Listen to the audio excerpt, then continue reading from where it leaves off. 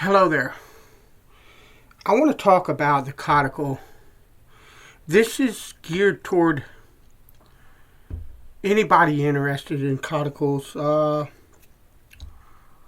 Complete beginner or someone who's had a Coticule for a while and they're trying to get it to do what they want it to and give them a good edge. This is my method. It works for my Coticule. There are certain things you need to understand when dealing with these stones. One of the things is that Coticules are all different because they're natural stones, just like a J-nat or anything else that's natural. But Coticules, there's a really wide range of different types of Coticules, and they all react in kind of different ways to what you're doing to them, and you might end up finding that the method that I show you here you might have to alter in some way in order to get it to work with your Coticule. And the thing of it is one of the reasons that the Coticule is so difficult for a lot of people to not master but to get proficient at is because they're so different from one to the other, and you really have to work on the stone and take your time with it, and it takes a while. And some stones they lickety split and you're good, and other stones it takes quite a while. It can take months on certain stones to actually figure out, what you're doing right and what you're doing wrong. And one of the things about them is to every time you get a success, kind of feed off that success for the times when you don't succeed. And that's just and another thing that I would tell you.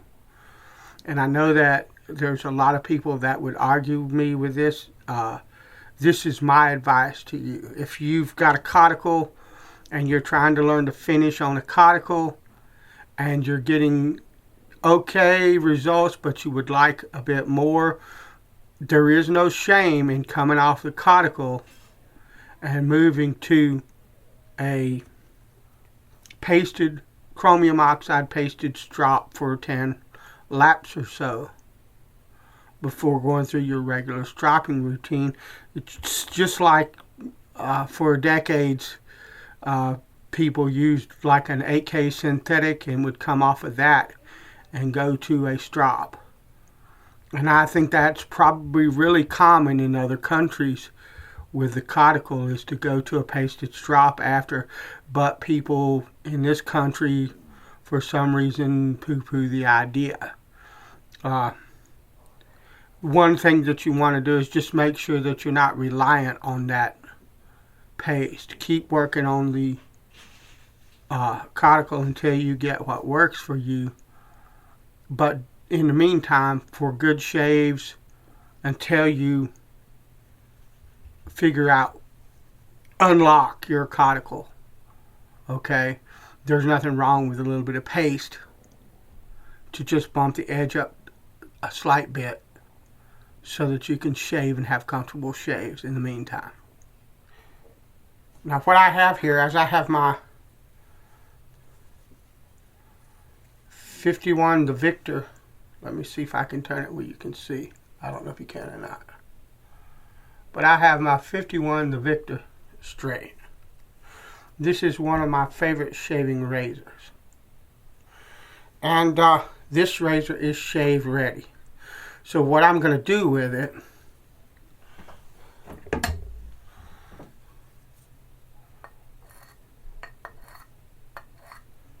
is I'm going to kill that edge. So we see and we understand now. If I can get it does not cut hair. Now the method that I'm fixing to use is called, in Coticule circles, the Dillicott or dilucod or dilucod or however you want to pronounce it method. It's a dilution method, a slurry dilution method.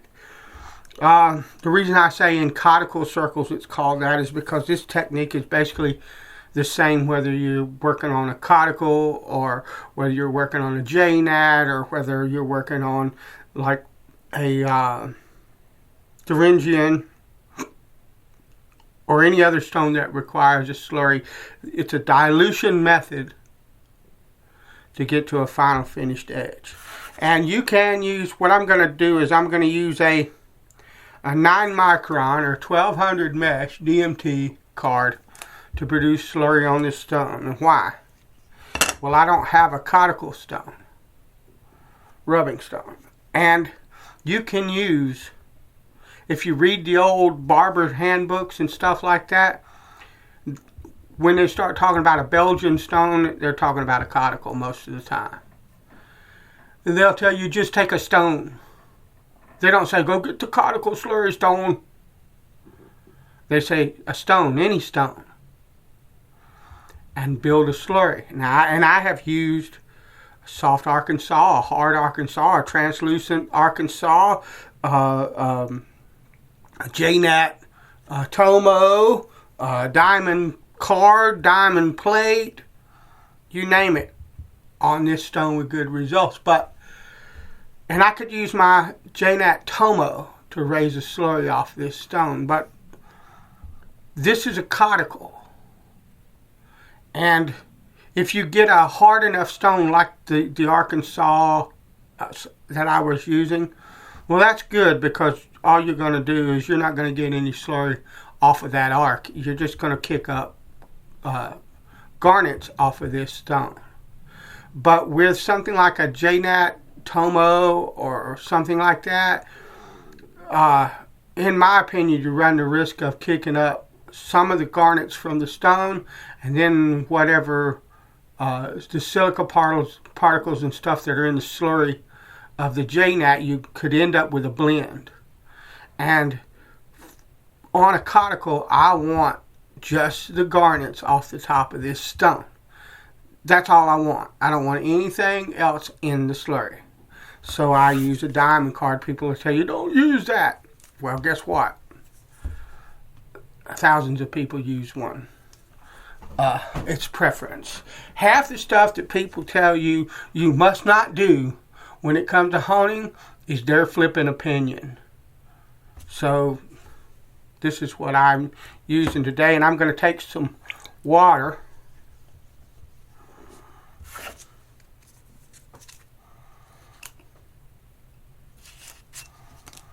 and I'm going to take this diamond card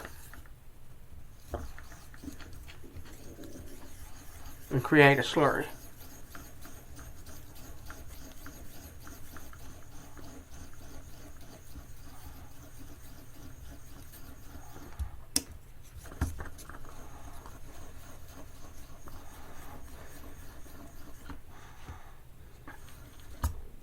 Now if you go to Coticule B, let me put some water on that. They'll tell you to use Japanese half strokes. You can do that with some pressure.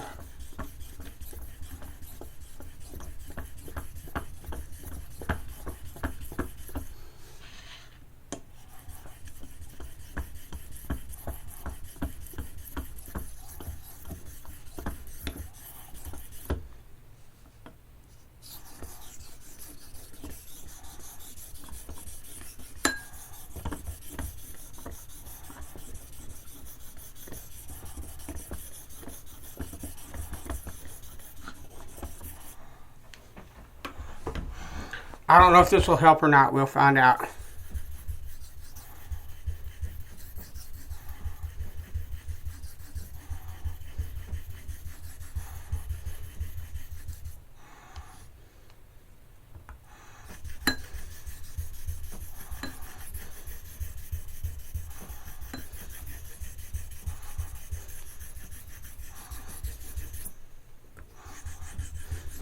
And what I'm doing, my stone is narrow, So I could go like this and try to get, and I will when we come to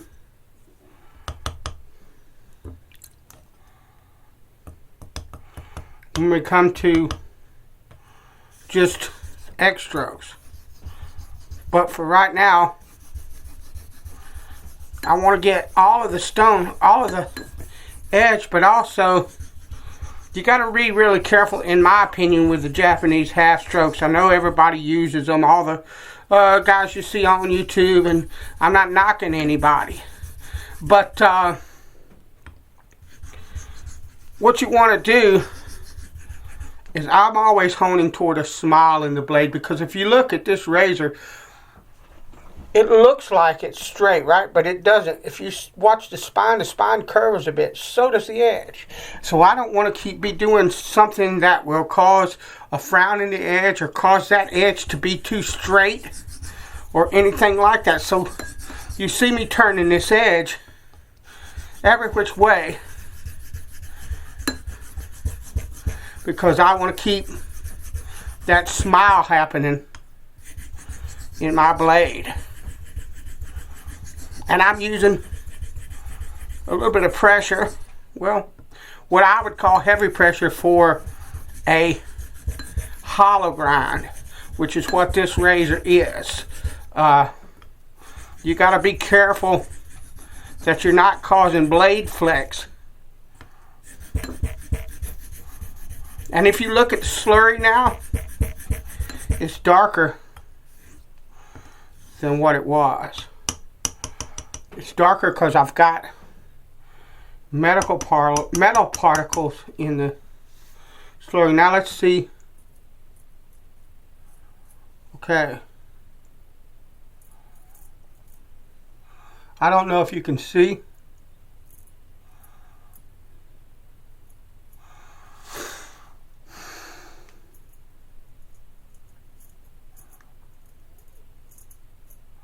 But that razor is cutting hair all the way along its length.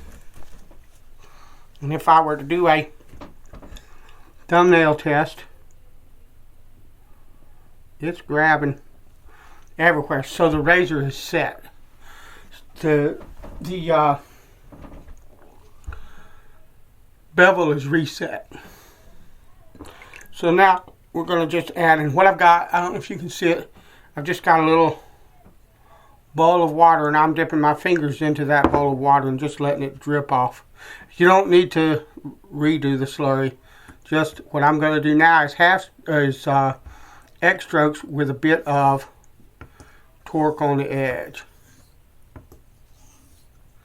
You notice the motion that I'm making.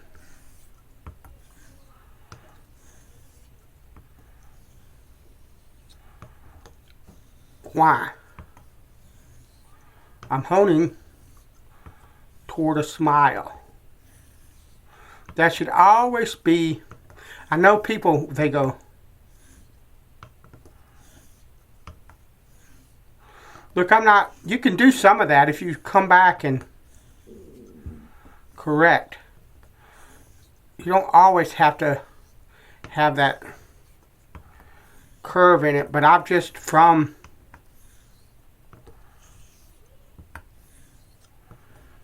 years of honing, that is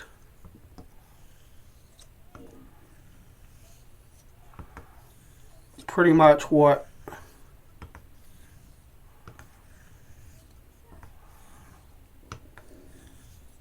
that's pretty much the pattern that I've learned, the habit that I've developed, and whether you want to follow that habit or not is up to you, but I'm just trying to impart what I know, my techniques, what's worked for me. Now you look at this, watch the water, watch the Slurry. It's completely moving over the edge of that straight razor. From heel to toe, no issues. So I haven't really counted the strokes.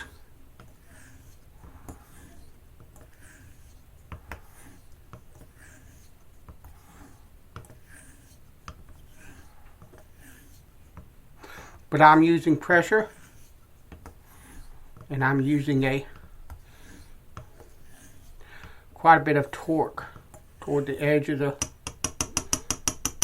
razor. And now I'm gonna, and the thing of it is what we're doing,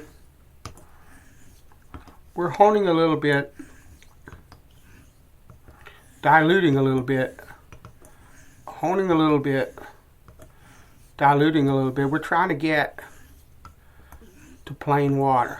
And now what I'm going to do after these strokes, actually I think I'm going to start right now. I'm going to back off the pressure, but I am going to keep, I'm going to back a bit off the torque as well, but I am going to keep some torque along that edge.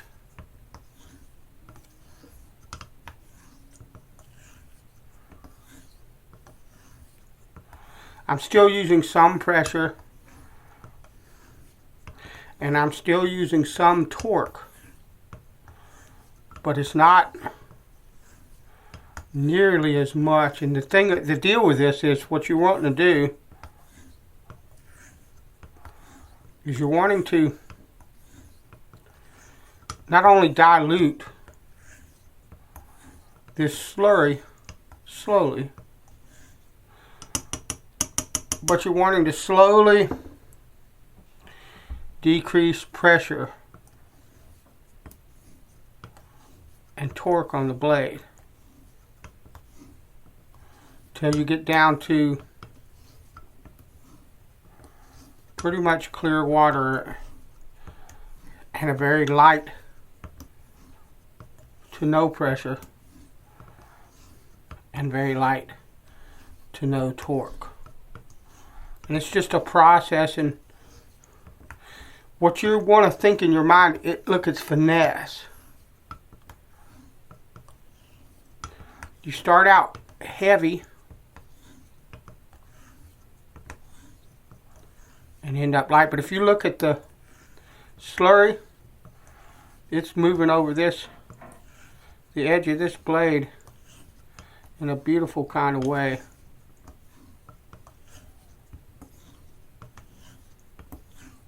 And I'm really not counting the Coticule B website. I'll say 30, 40 strokes, blah, blah. You know, anytime anybody tells you stuff like that, what they're doing is they're either telling you what works for them, or they're giving you a starting point to build from. And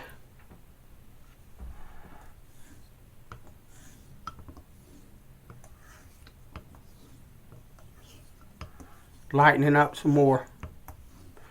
And you've got to take it from there and find out what works for you. The same thing that I'm doing here. This is just my technique. What I do on this particular Coticule, you will need to play around with yours until you figure out what works the best in your particular situation.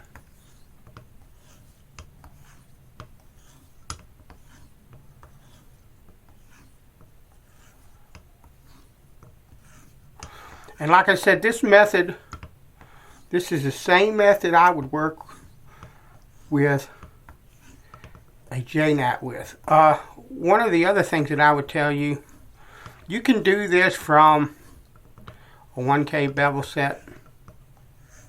It's the same method. There's no difference in the thickness of the slurry when you start or anything else. If you come from like a 1K, it might take you, you might have to spend a bit longer time on the dilution process, on the initial process where you're working that undiluted slurry. I prefer to come at least off a 4K before I move to a Coticule or a J-nap. But you can do, like I said, from 1K on up if that's what you want. I have the stones in theory and in practice as well. I don't know why I said in theory. I could come off an 8K and just go to this stone and finish, and I've done that before as well. But I like pushing mud around. I love a slurry, and one of the wonderful things about the Coticules and the J-Nats, in my opinion, is the slurry, the working of the slurry. If I just wanted to use water, I'd just use one of my black arc, or I'd go to, I'd just stay with a synthetic edge. These stones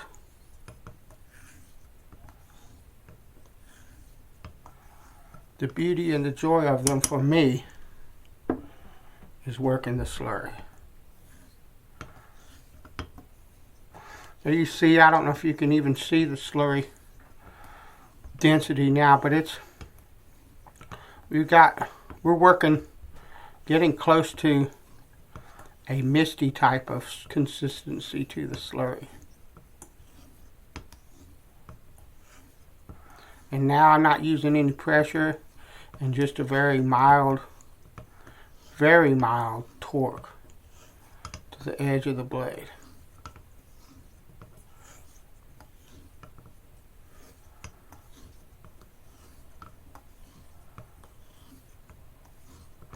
When you're talking about honing, you see I'm doing it one-handed right now. If I weren't using any torque, it would be kind of difficult for me to get a consistent pass across the stone. One-handed, you'd pretty much see me doing this. And when I come to finish, I will do that.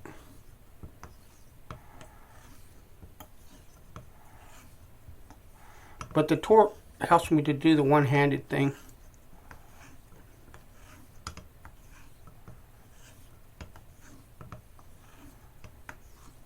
So how many passes between dilutions, etc., etc.? Well, you could end up doing 30 or 40 or 10 or 15. It depends on, a lot of times, how, in the beginning stages, how fine of an edge was on the razor before you started.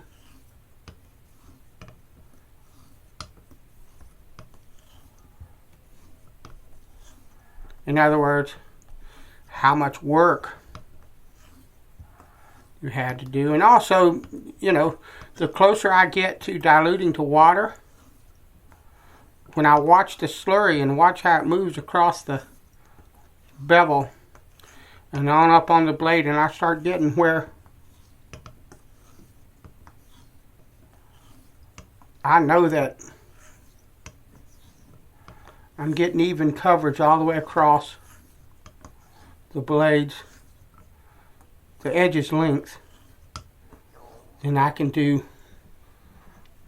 less strokes before deletion. Now, I've still got a bit of a misty kind of slurry on here,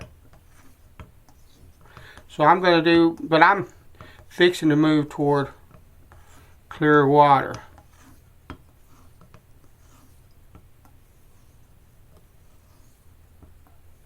So I'm going to start slowing down.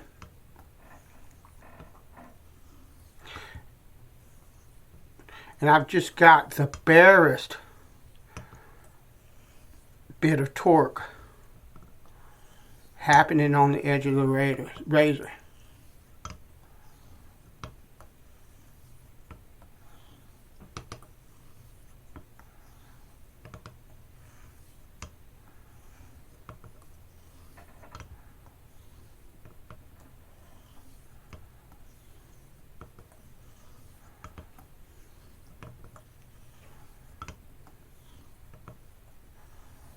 And I just picked a number.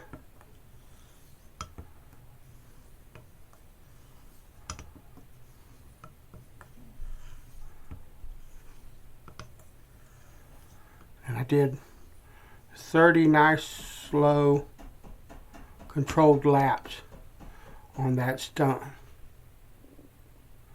Now I'm going to get my loop and look at this edge.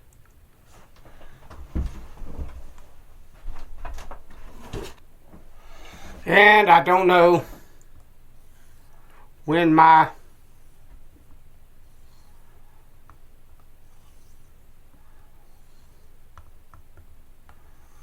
camera shut off, so just in case you missed it, I diluted all the way to water, rinsed the coticule off.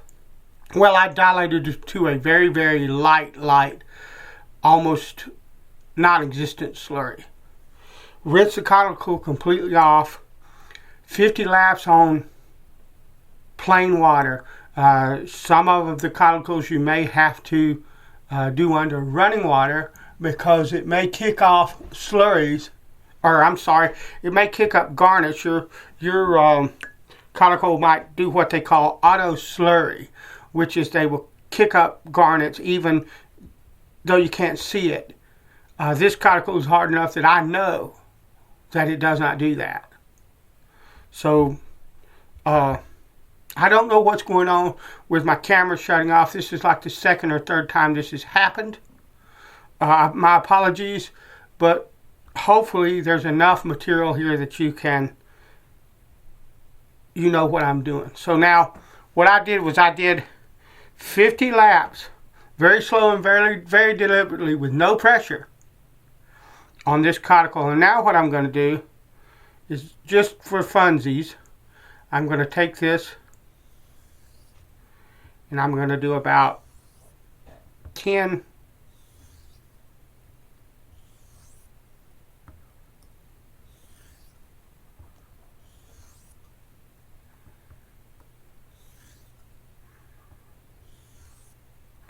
very light, very controlled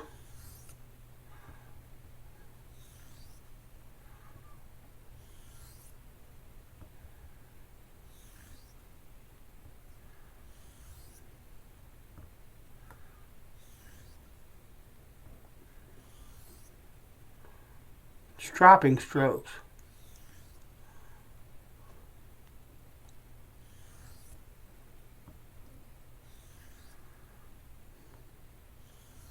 On plain water, and what I find is that helps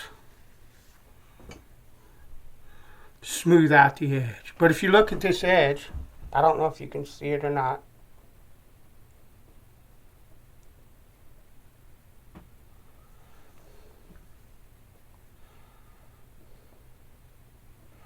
Now I'm going to look at it again through the loop. If you missed the part where I used the loop, if this cut off and I didn't realize it, my apologies. And that is such a smooth and polished edge. It almost looks like that came off 12K synthetic stone or a nano, or I'm sorry, Norton 8K or something like that. Just lovely. Alright, that's it. That's my method. And what I will do now is I will go to a strop and I will strop this razor 60 on linen or cloth and 120 on leather. Then I'll test it with a hanging hair test.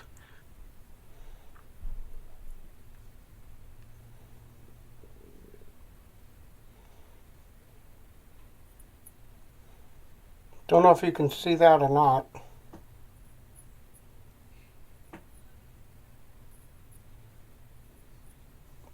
Gotta get the, I lost the flipping hair. Ha ha ha!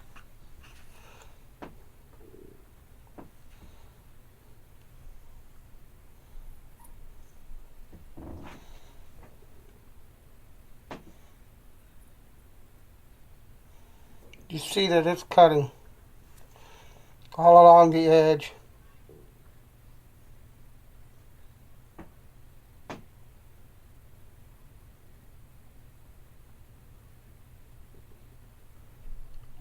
Beautiful. That should be a very beautiful shaving edge. Thanks for watching. I'll talk to you later.